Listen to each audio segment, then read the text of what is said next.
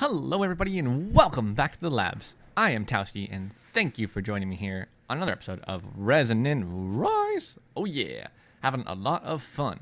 Guys, last episode we made a bunch of dark steel armor. We did a few other things, but the dark steel armor was the big one. And I have finally gotten it up and enchanted. And when you remember, we did the piping system last episode in the nether to bring open blocks liquid XP from our mob farm into our current XP storage system, and we've changed that out a little bit. And so I want to show you a bit of what it looked like. It was going very, very slow, and it was, and that was because I had derped up in the configuration of the conduits. And so I fixed that, and it sped up, and I've been able to enchant all of my armor with all but one or two things that I want. I've still got a couple things going on here, and I'll show that to you. And then I want to show off a couple of builds. But first, let's look at something I've been working on. So this is going to be the main section of the dome. This is where our machines and things are going to be. This is where operations are going to happen. I'm not quite sure how I'm going to do this middle section. For now, it's just an easy path for me to fly around in. And it's all made out of blocks of quartz. Now, you may be wondering where all of this blocks of quartz came from. Well, at some point, I will be showing off Wolf and... Was it that one? No. Wolf and Joe's base. And it's pretty amazing. But they needed a ton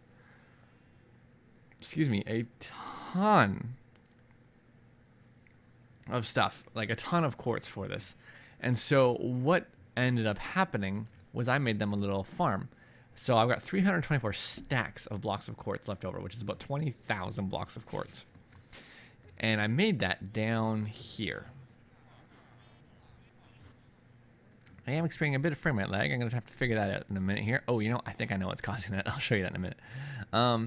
So this whole area was filled up with this, and I made a massive quartz farm. I needed a few emeralds. That's why you see the emeralds in there, and that's what that was. And I had an autocrafter set up to take the quartz essence from magical crops, or the nether essence from magical crops, and turn it into quartz. This was the autocrafter. It wasn't here. It was down there. But I just wanted to show it to you. This is an RF Tools autocrafter. It's amazing. Basically what I did is all of the nether essence got pumped into this inventory here. This is the inputting inventory. This is the outputting inventory. Now, that was great and everything, but here's what's really cool. Right here we have an option that says all. This says whether or not it'll keep. So say for example this was, well, I'll show you in a minute actually. We have this all option, and we have keep, and we have internal, and we have external. If you have it internal, the result, which is this, the result of the craft, will actually stay in the internal inventory.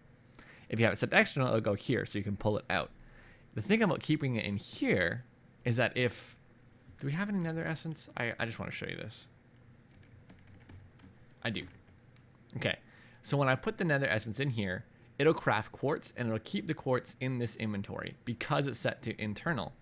And then it'll take... and then we also have this recipe pattern in here, which is set to use quartz to make blocks of quartz, and that's set to the external, so I could pull it out. And I pulled it out and put it in that barrel. All right, so here, let me show you how this works. And there we go. So it makes all that it can. Fantastic, right? So that's what we were doing the other day. That was fun. These autocrafters are amazing. And then just to spotlight that a little bit better, let me show you this. So here I have something I'm working on a bit more today. This is a tier 3 autocrafter. Oh, my power just flickered. That's not good at all. My power is flickering.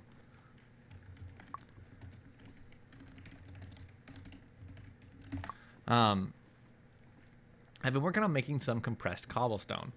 In a tier 3 autocrafter from RF Tools, you get 1, 2, 3, 4, 5, 6, 7, 8 crafting iterations. So let me set something up and I'll show that off. All right, okay, so here we go. We're back. So I've got these different recipes in. They're all set to come to the internal slot. And each one uses another layer of compressed cobble to make all the way up to octuple compressed cobblestone, right? So we've got a couple of septuple. This hasn't been running for more than a day and a half or so. What I've got down here is a transfer node from X Utilities with 64 and a stack and a half, or a little bit less than a stack and a half of world interaction upgrades. They're very expensive. I mean, they take iron, so we're going to make some more of them today. Because I want that to go faster. So we're going to go ahead and clear out these recipes a little bit. Just get rid of them. And now I'll show you what keep does. So keep, for example, I need to make a bunch of pickaxes. If I say keep, it'll take, I'll go apply, boom, it'll make a bunch of them, right? But it'll always make sure it keeps one thing in the inventory. So even if I have 3 there, it'll always keep the 1, right? So that's what keep does. We don't care about keeping those, so we're just going to say use everything. Now, the reason I've gone ahead and done this is, let's just get like a chest and a hopper. Transfer node will work. Temporarily. Just put you here for a second. Boom, bam, bam. All right. That is not really what I wanted to see happen. That is going the wrong way. There we go. So, unfortunately, that's probably not supposed to happen. I did not have this set to external, which I would have preferred. So let's just pull all these out, and we'll put you in here. I've made a bunch already, but I decided to auto-craft this. Now, these are not supposed to stay in the internal inventory, but should go in the external inventory.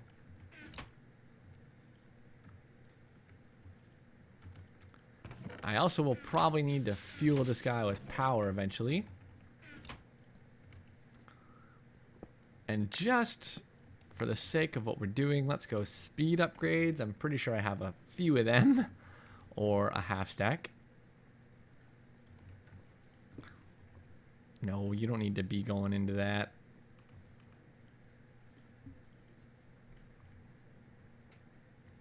And let's grab a few transfer pipes.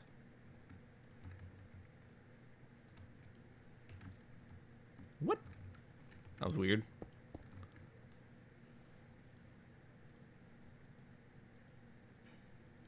Well, hopefully it doesn't actually take anything from this. Let's actually go ahead and block this side off altogether. There we go. So, let's just pull you in here, and we'll get an example of what it means to auto-craft some pickaxes. Oh yeah. Now, I believe I have the right amount of sticks to do this. I hope I did. Actually, I just realized I probably only made about half the amount of sticks I needed. Whoop. Nice.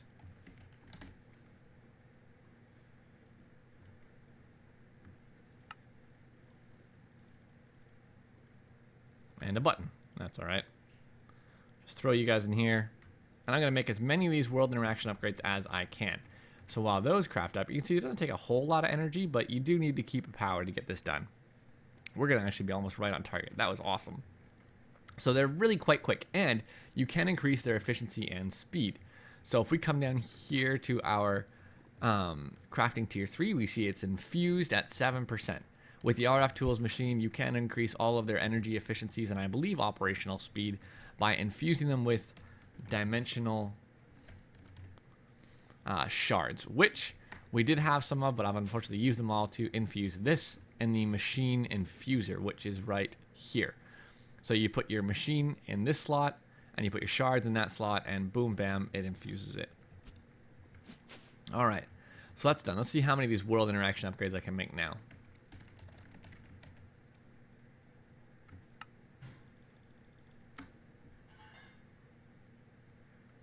Come on. Nice. A lot more than I anticipated. That's awesome, because they come in so handy. Let's just throw these all up in here. Perfect. So actually only about a half stack more than I anticipated. Actually, no, it was a lot more, because I keep forgetting that these have like 6 slots. I thought they only had 5, because they used to only have 5, I believe. But now they have 7 slots, actually. So that's crazy. So this thing should be going faster, I think. Hopefully, maybe we maxed it out before. There is a speed change, but this one takes more power. So it doesn't really make a difference here. We're actually limited by the rate of cobble income. So what I did wrong with the experience thing that I talked about earlier was if we look at my dimensional transceiver here, you can see that there is a lot going on it. So let's just look at this one in particular. My fluid filter wasn't set at all, which isn't a problem, but the extract was actually set to redstone signal on instead of always active, so it was just not pulling anything out. Now we've got lots of levels coming in here, and it comes in at a decent pace. So one thing that I have been working on is I also made myself a wireless terminal, books of Soulbound.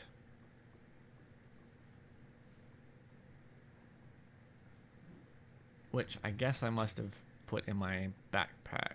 Oh, I did. So I got 4 books of Soulbound here. I got 9 levels. Let's take a whole bunch of these out. Okay, I didn't mean to take them all, but that's all right. So you can see here, I got Soulbound 1, Soulbound 1, and Soulbound 1. And I don't think I can actually enchant this, to be honest, but that's okay. What we want to do is take our armor now, and we'll give it Soulbound. What? Too expensive, it says.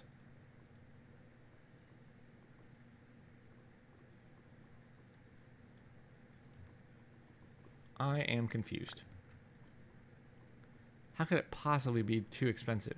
Is it because there's so many enchantments on it? Huh. No, that's fine. Very strange.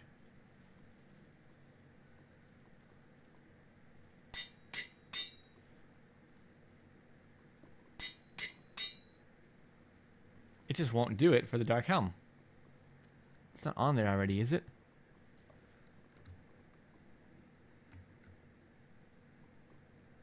No, it's not. So that's very strange. Still, we got most of it done. That's all right. Okay, so Soulbound, awesome. That part's done. This part's done. So I've got a couple plans. One thing that I want to do is I want to work on my power system eventually, but not until after I have all this set up and everything is done. So let me show you actually where I think the source of that lag's coming from. In order to make the Soulbound books, I'll show you what I had to do. So this is an enchanter from Ender.io. By looking at its recipes, you see how you can give it a book and quill, some levels, and a certain item to get an enchantment. And you can stack the enchantments to get the better books. So, in order for me to get Soulbound 1, I needed 25 levels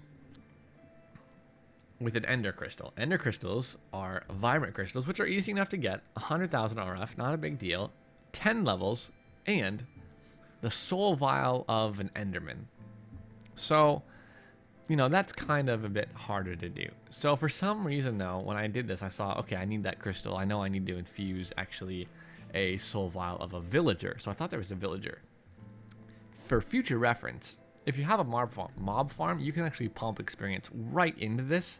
I don't really recommend it, though. You can use, so you can tell your player, if it's not enough, sorry, if you don't have enough XP to do what you want to do, you can actually use your player XP. I don't recommend that you, that's 10, right? Yeah. I don't recommend that you necessarily take, or pump experience into it, like this liquid experience. I was doing it by accident, actually, because there's no way of getting it out. So you just use your own experience and save it somewhere else. This is the reason for the lag.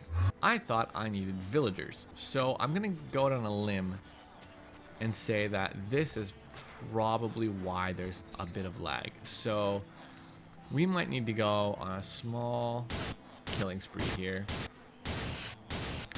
and just remove a few of these villagers from, oh my goodness.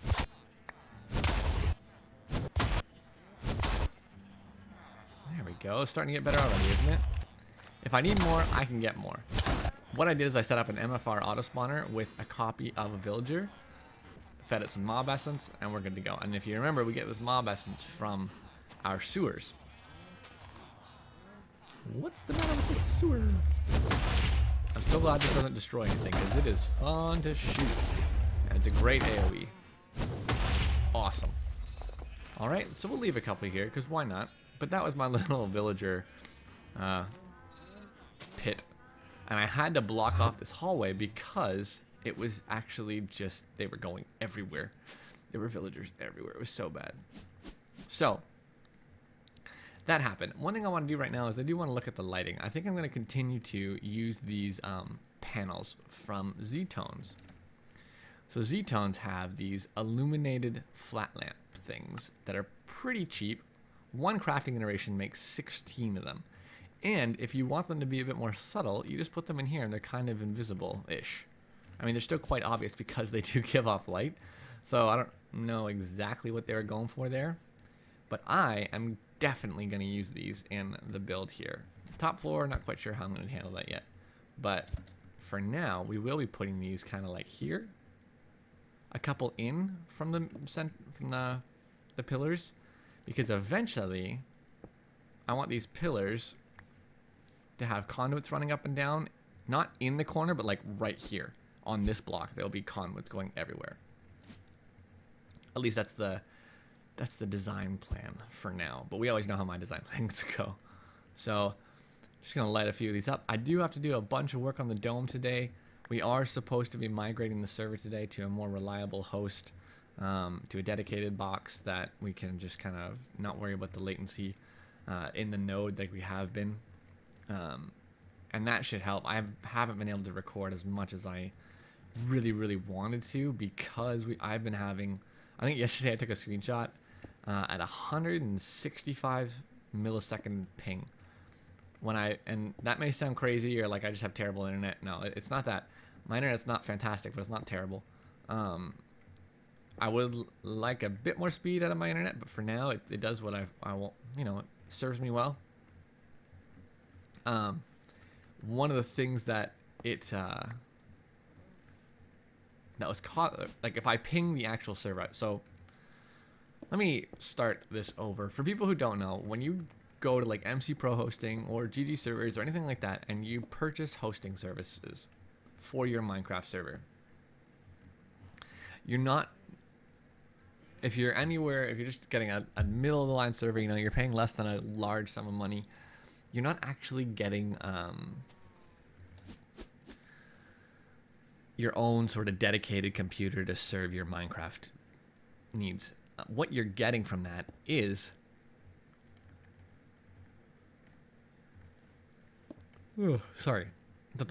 suspense. What you're getting from that is what's called a node server, or a server node, where essentially they'll have several server boxes, you know, for their services that they rent out, and as the demand grows, they buy more, and each server box will host any number of people, depending on the load on the server and what purchase you make. These boxes then everybody connects to via ports or different routing ways, right? But what happens and it's not the worst thing in the world. You know, the servers perform well. As you can tell right now, the server is actually doing great. We have a lot going on the server, and 18.14 is actually one of the slower I have ever seen it. I would like to actually see why. Let's just look at COFH.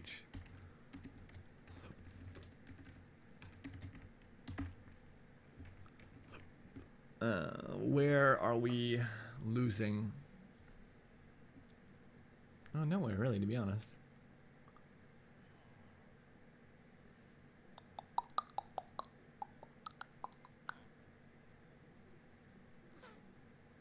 Huh. Yeah, I don't know where we're losing the actual, 2 TPS. Overall, though, it's actually 19 right now. That might have been just a small hiccup. It might just be a difference in the way that see, we're back up to 20. So, it really is, it runs really well on a node, but where you lose performance is actually in your network connection. What you end up losing is bandwidth.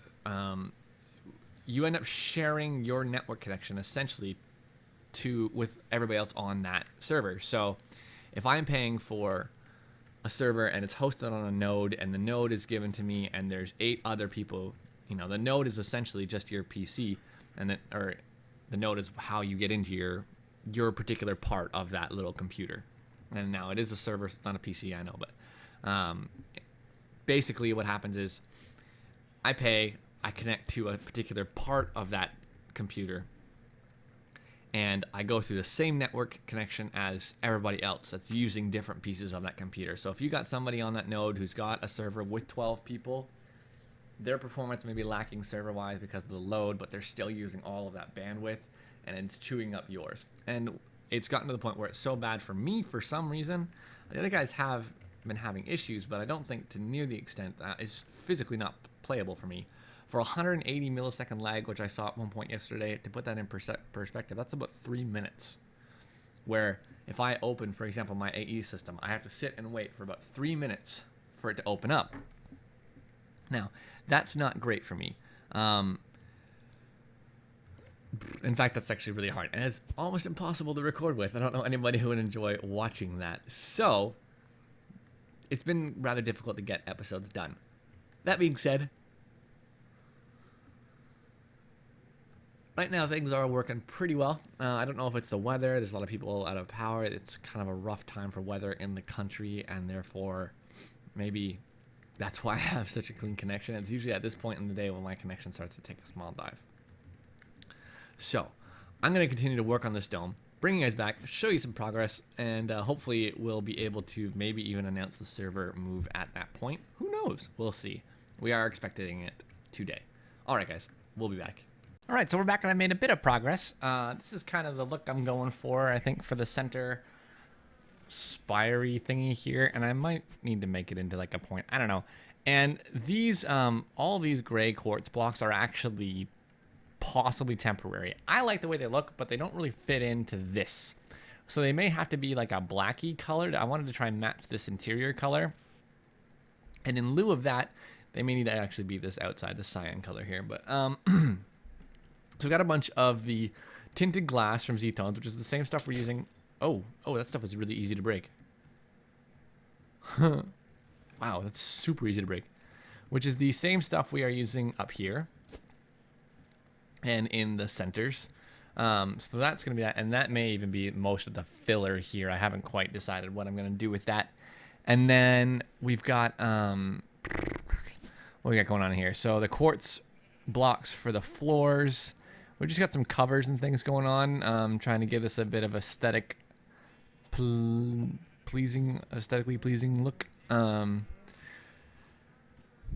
Sure, that's what I'm going with. Yeah, this sort of aesthetic look that hopefully, I think it really makes it pop, especially with this like dark gray color. And if it does go black, you know, it'll have the same function. But that's what we're looking at right now. I kind of like that. I don't know how I feel about this. But those are just, yeah, those are the multi-part quartz blocks. I'm really liking the quartz blocks. They're a really nice texture in kind of every texture pack. So here I wanted to show you, I do have beacons. I have 2 in my inventory that you guys probably saw, and I have 2 set up. Cannot for the life of me figure out why these won't turn on. I have tried feeding it items. I don't know what's going on. So that was weird. I thought I saw one. Oh no, it's that. And so these are actually going to illuminate the corners. That was my plan. However, if I cannot get them to work, and yes, there are beacon blocks. These are dark steel blocks, and it says they can be used as beacons, beacon bases. I've also tried it with diamond blocks. Same effect. I don't know what's going on. So it's going to take a lot of work to kind of finish this off, but that's the idea I'm going for. I think probably what I want to do next, though, is start moving some of my stuff in there so I can get out of this section, because ultimately what needs to happen is all of this needs to be moved. The farms have got to go. They've got to be moved. This needs to be leveled. It's served us very well. It's got to go. The portal, I'm not sure what to do about this because these don't really seem to be breakable. I do wonder what will happen if I equal trade them, actually. What do I have? I'll use these to equal trade them.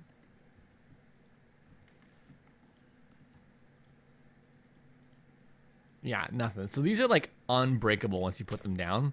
And I think that's the intention. They're chain link fences and chain link or a barbed wire fence from advanced propulsion systems. And that may come into play in a build of mine. But yeah, for right now, they're kind of annoying because they are kind of directly in the path of things. And this whole little mound needs to be leveled. And I need to do a lot of terraforming out and around here to get the dome to where I want it to be. So it's going to take a lot of work, and I think I want to stage or stagger the building with some tech stuff. I also haven't rightly decided if I want to do this yet. I don't know how that'll look along the outside of that. I think it will give it a bit too much. Because it does give it a nice pop on the edge. It's really not that... yeah, it gives it a lot of pop on the edge, actually. So if we just come up here with these, that obviously didn't work.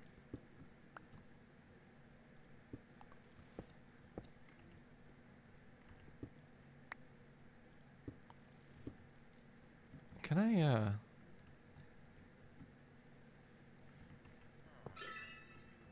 not what I wanted to have happen there. So that's the idea that I'm going for, and then this may be, you know, like that. And I'll add some nooks to sort of round that off a little bit. So that's the idea I'm going for. I do think I like it. I think, though, that I need a few nooks. Because this looks hideous like that. I think that looks better.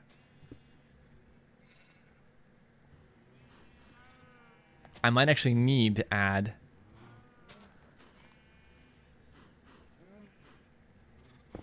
these covers in here. These strips, just to give it a bit of extra, a bit extra pop, I guess. A bit of depth, bit of 3D-ness, if that's a word. What is the tense of 3D that I'm looking for here? All right, and then there's a couple spots. That needs a nook. That needs a nook. There you go. Yeah, that looks much better, I think. So that's the idea. Now, I'll use this as my main entrance from the ground floor for now, and eventually there will be one here. We're going to put a circle of glass similar to this with a platform in the middle as an entrance point right here. That'll be the entrance to my dome. And then I might make it connect to this one. I might make it connect to the one down here and give it kind of a swoop effect. I haven't quite decided yet. The only hard part will be that I will probably have to duplicate it if I do that. And it's a lot easier to duplicate a straight line with a couple of bends. So that's the idea for now. So yeah, we're still working on that, still waiting on the server things, and I'll come back when I've got a bit more done and a bit more to show you, and I figure out kind of how we want to do this. And there it is, everybody, in all its glory, at least for now. So I've gone around and I've done everything as far as the aesthetics ideas I've had thus far. So we've got our entryway down here, and everything is looking good. Got the beacons going. Still not sure how I feel about those, but I think for now it's pretty cool. And that'll work. And so some of the guys have checked out, they said it does look pretty good. All I've got to do really is actually finish. Oh, I keep forgetting how easy that is to break. Finish filling in the glass. I've only got one complete wall of glass done. And it's there. So I will have to be doing that. It's not a very, very difficult thing to do. I mean, getting these all, I wish there was a way to automate the creation of these blocks into the exact one that you wanted, but all the same, it really isn't that hard or that bad to do. Getting them into the right color isn't that big of a deal. They are kind of tedious to craft. Well, not even so much these as the other Z-tone blocks that I've been using. They're a little more tedious to craft than others, but the nice thing is that at least you can craft directly to a color. These glass ones, you've really only got one crafting recipe because of the way that they've done it. So I have recently looked up and learned that in this version of the mod pack, there was a complete update in AE2 where a lot of the modding API for it had changed, and so some of the add-ons, or one of the add-ons in particular, got removed, which was AE2 Stuff. And AE2 Stuff had the chamber we were using to automate the creation of our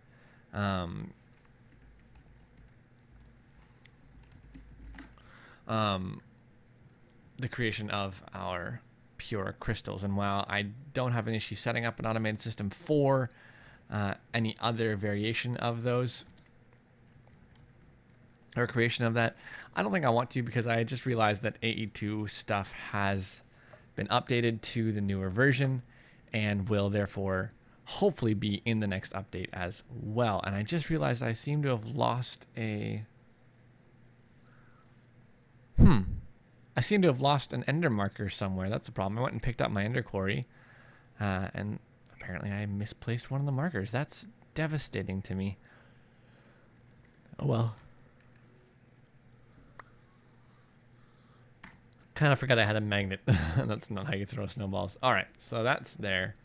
I need a lot more of that glass. I don't. Oh, there's some there actually. Let me show you how. I don't think I've shown this on camera before, but what you do is you can't really see it for some reason because of the way the textures show up here. But there's glass and a thing of 8 with an Aurora stone from Z-Tones, which is these Z-Tone tiles, which are really annoying to make, and any kind of dye. And these are just stone and stone slabs. I find them annoying to make personally, but that's just me. I do have a load of them though, so I'm not really concerned. So I'm just gonna fill these up and see if I can't fill in the rest of my build in here. No, I don't want the purple ones. I want the blue ones. Wait, did I do all? No, I didn't. I keep thinking because the floors are done that they're all done. And again, this may change as far as all of these being completely filled with glass. I don't know how I really want to go about doing the entrances and exits to this tower. There are elevators. There is the flight shaft in the middle. But for now, we're going to do it like this. I actually think I will be eventually...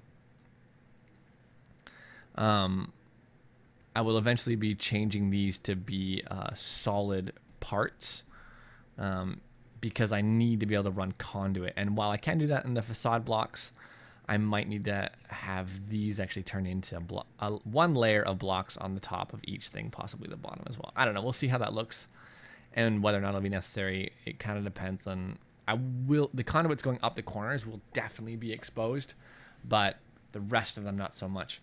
And I'm going to remake my power storage system. Well, actually, I'm going to make a power storage system. I haven't really done one yet, to be honest. The only one that I've done is the... I feel like I was doing a side and then just stopped. Is that capacitor, the single octadic capacitor. So I'm definitely going to have to make a large amount of those to start storing my power.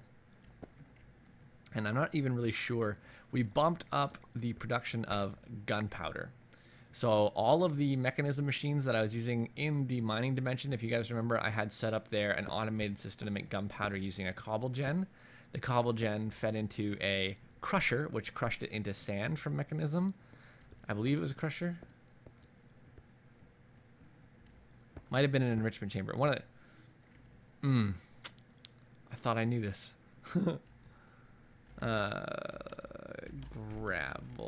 Gravel. Crusher, cobblestone to gravel is crushed, and then I put the gravel into a sag mill, which has a chance of producing sand. It will produce a flint 100%, but it has a chance of producing sand, and it has a chance of producing a secondary flint. So, you know, that's kind of a good system to have there. And then the flint in the crusher, again, I believe it was a crusher, can be used to make gunpowder. And because gunpowder is the only item that we're not currently farming, or weren't, like, we didn't have an actual farm set up for our rocket fuel power system, that was what I needed. And so I've made that, we've bumped that up, and my gunpowder in production is off the charts. And the reason I did that was, you may have seen when I was showing you a couple things at the beginning of the episode, there is a furnace over there from from Thaumic, right? So that is the, wow, I can't even remember the name of it now.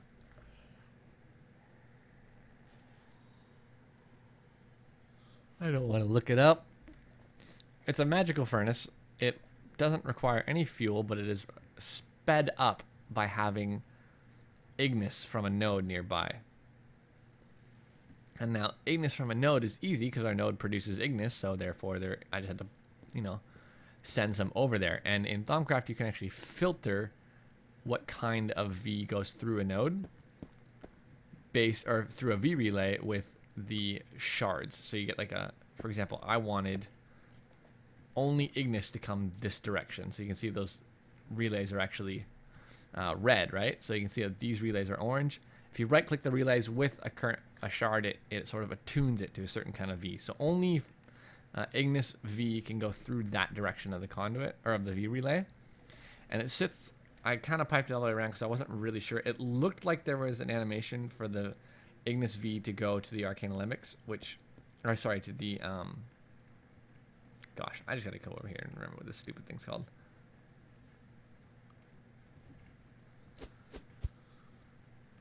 That's right, the Infernal Furnace. But it looked like they also went to the Bellows. So I kind of just piped Ignis V all around it. But on top of the furnace is another block, that one there. And that is actually from Technomancy, I believe. Yeah, Technomancy. It's called the Ignis Incinerator. Basically, it uses liquid Ignis, I guess, Essentia. Yeah, sorry, Ignis Essentia as a fuel source to burn and refine ores. So if I put like iron ore in there, it goes through a single process of refining the iron ore. Then what it does is you could actually repeat that process. You can put the Ignis or the ore through again, and you can refine it again. And every time you refine it, it increases the yield that it'll give when you smelt it. So I was kind of trying to find a fuelless way using magic to refine my ore, but that got really complicated because I would have to pump some sort of fuel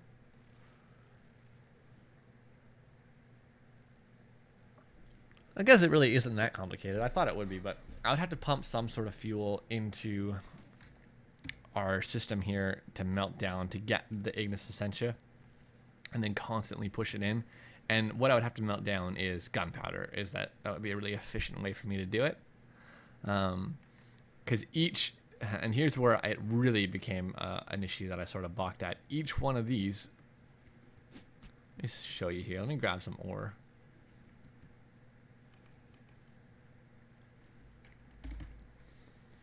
So here's some gold ore, right? Watch this. I put this in here, and you see it will slowly, or at a decent pace, get processed into purified gold. That's great. Each time it does this, it uses 64 Ignis Essentia. So on the actual machine, there is a buffer.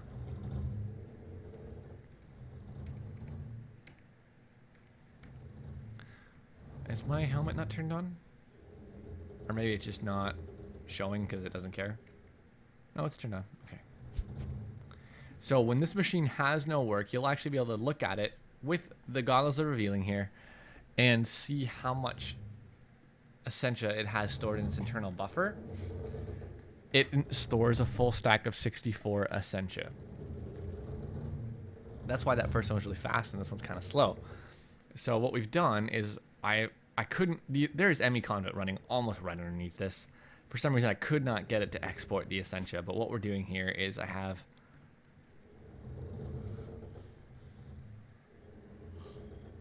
an Essentia export bus that is attuned to Ignis.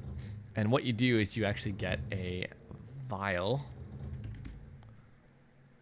of Essentia, and you click it in the export bus, and that's what gives you this. It changes it to this kind of system. This is exporting into the water jar, and the water jar is actually just getting pulled using the regular Essentia tubes. I tried a couple different things. I actually tried, there are these, what are they called? They're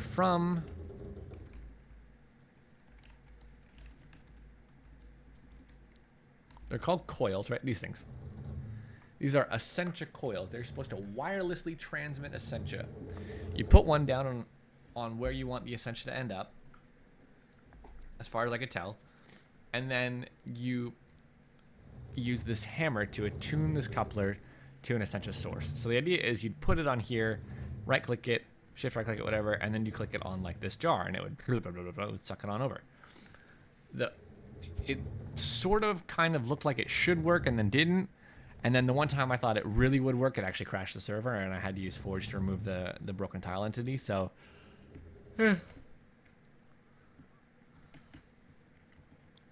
so that was that. So, that being said, here we go. Bordered, wonderful tower O stuff. This will very quickly become my base of operations. And I'm not quite certain how I'm going to do it, but I will be needing to get some conduit bundles in here. Let's just fly on up here. This is why I put in the elevators. The elevators are actually quite quick to come up. And I'll have to do this for each corner. Oh, that's part of the beacon. Oh, well, that's no bueno. That is definitely no bueno. Huh. I'm going to go out on a limb and say if I use a facade as a dark steel block, it's not going to work.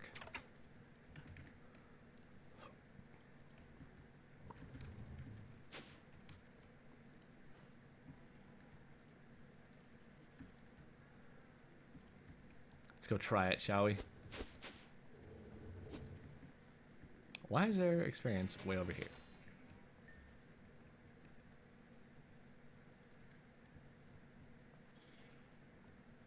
Yeah, I didn't think so. Well, that is unfortunate. All right, I will find something else to do with these corners, but it's definitely not going to be beacons because I do really need the conduits to run. Well, you know, they could just be facades like that. We'll see. Well, I'm not quite sure what I'll do yet, but that is, I'm glad I realized that because that would have been kind of a pain. I do have to turn all these dark steel facades into something useful, such as quartz, because right now that's not really helpful. All right, so let me check out a couple things and I'll be right back. All right, guys. Well, I think that's going to be it for today. Got a couple things to show you guys for next episode and a couple things to work on between now and then and to talk about. So this might be kind of a weird episode as far as length goes. I know I don't really have a normal length, but we're going to have to call this one here. So until next time, guys, I hope you have enjoyed the episode. I hope you enjoyed hanging out here in the labs, here at MechStation on the ResonantRise pack. If you did, leave me a like or a comment or something below, or subscribe if you really did like it and want to see more. Until then, hang up your lab coats on the way out, and I'll see you guys later. Deuces!